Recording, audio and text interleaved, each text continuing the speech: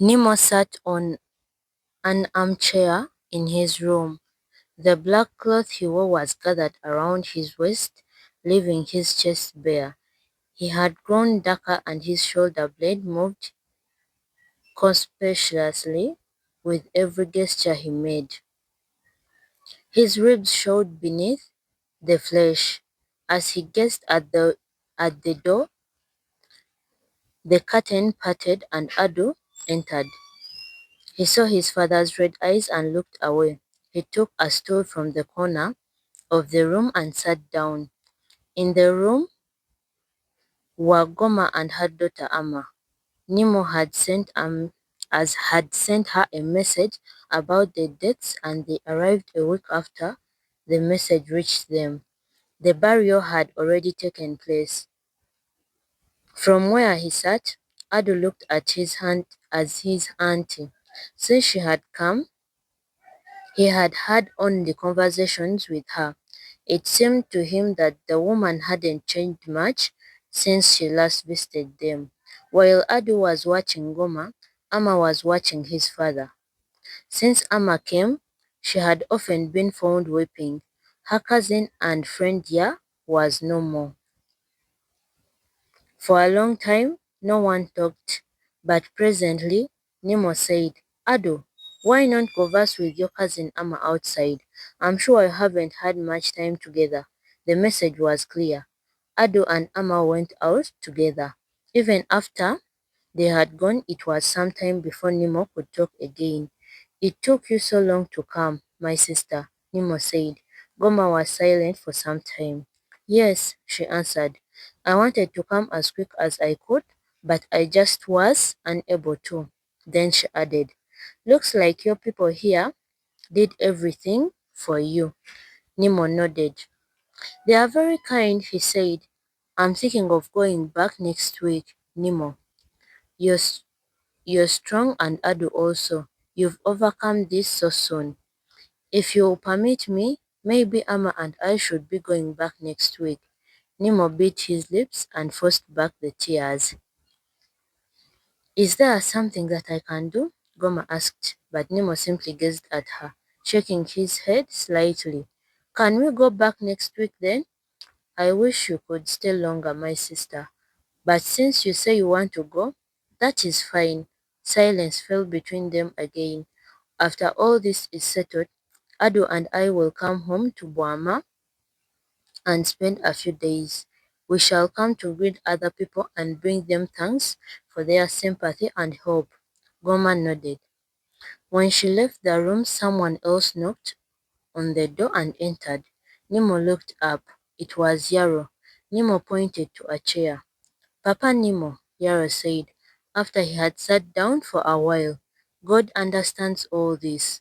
No human being can say he knows why this happened to us. And since God understands, He's taking care of everything. Nemo nodded. Did I tell you something ago? Did I tell you some time ago? He said that Ado's dream had something in it. You said it, Papa Nemo. Yarrow seized the opportunity. But we have nothing to fear if we trust in God's protection. Nemo nodded. Yarrow added consciously. And this reminds us that while we are still on this earth, we should think about the life after death and prepare for it. Because life here is for a short time.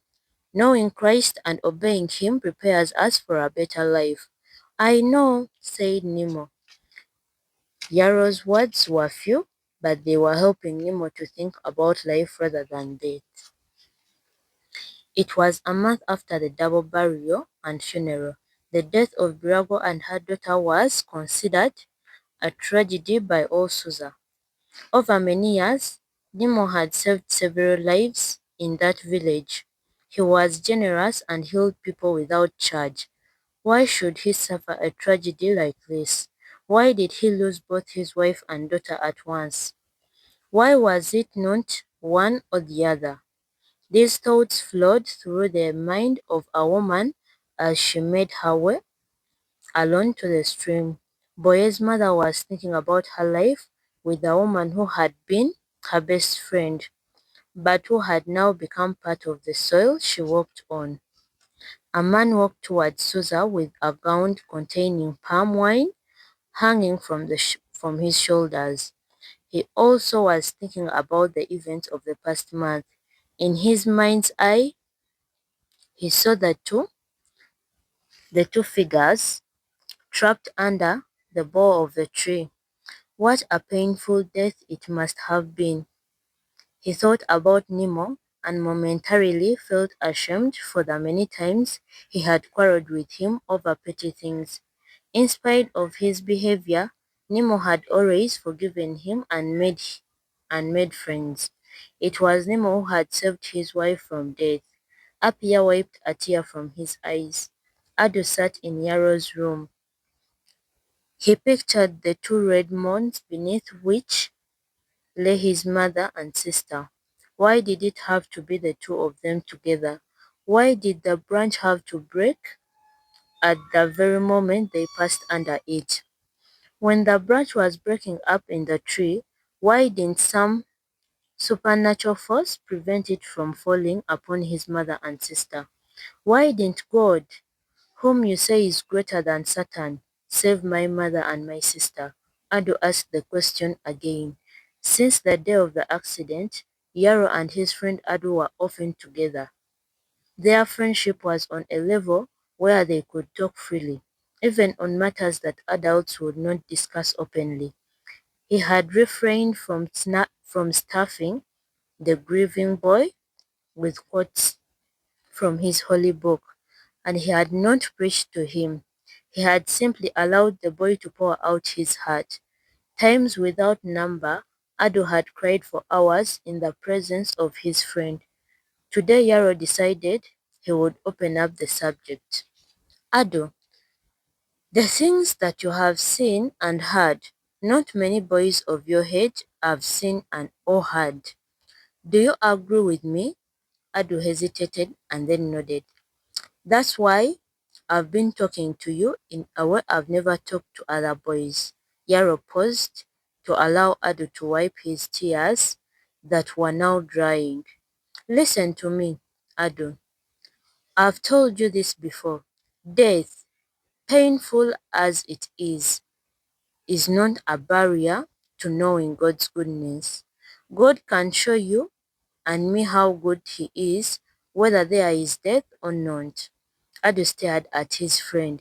Yarrow could see that either he didn't understand or he didn't believe. He tried again. How people die, why they die, and why some die before others. Ado, we don't understand, but one thing we know is that God is kind and He always loves us. Ado is still Ado still wore that flat face that said, I wish I knew what you were talking about. I myself don't understand why it happened like that, Ado. All of us have wept, but we don't understand. God makes the rain, makes the wind, makes trees, creates human beings. We need water to survive. The very things that happen that help us to live can at the same time destroy us. Ado, I too don't understand. This time, Ado looked as though he understood. It was not what Yarrow had said that unlocked his mind, but how he said it. If there was one thing that made him like Yarrow, it was his sincerity. If a man has a son, now, Ado, if it ever came to the notice of your father that people were planning to kill you, what do you think your father would do? Ado looked down. He knew his father wouldn't be happy, but he didn't want to talk. Would you be happy if somebody killed your own son? Ado shook his head. Would you say the killing of God's son was a good thing? Ado was about to shake his head when he remembered that the question of God's son dying was central to his friend's many talks, and he always referred to it as good news. It was silent. He was silent. I want you to tell me, Ado, was it? Adu nodded. I'm not trying to say, my small friend, that what has happened to you and your father and all of us in this village is good. No. But what I'm saying is that God is able to bring something good out of a bad situation. Adu nodded. There is also one thing that I know, Yarrow said, and then rose up to draw the small curtain covering the window of his room. When he sat down again, he continued, and that is that God prepares each of us before he allows us to die. How do you think he does this? Adu remained silent. About a week ago, I happened to walk with your mother and Dia on the way from the stream. I had gone to visit my traps and they were returning from the stream. Adu's raised eyebrows betrayed his interest. I always knew that your mother believed the things I've been telling the people of this village. Yea, too believed. That is why I know we shall see them again. At that, to Yara's surprise, Adu broke down and wept. He wept hard and his body shook. Yarrow took the grieving boy in his arms and allowed him to cry.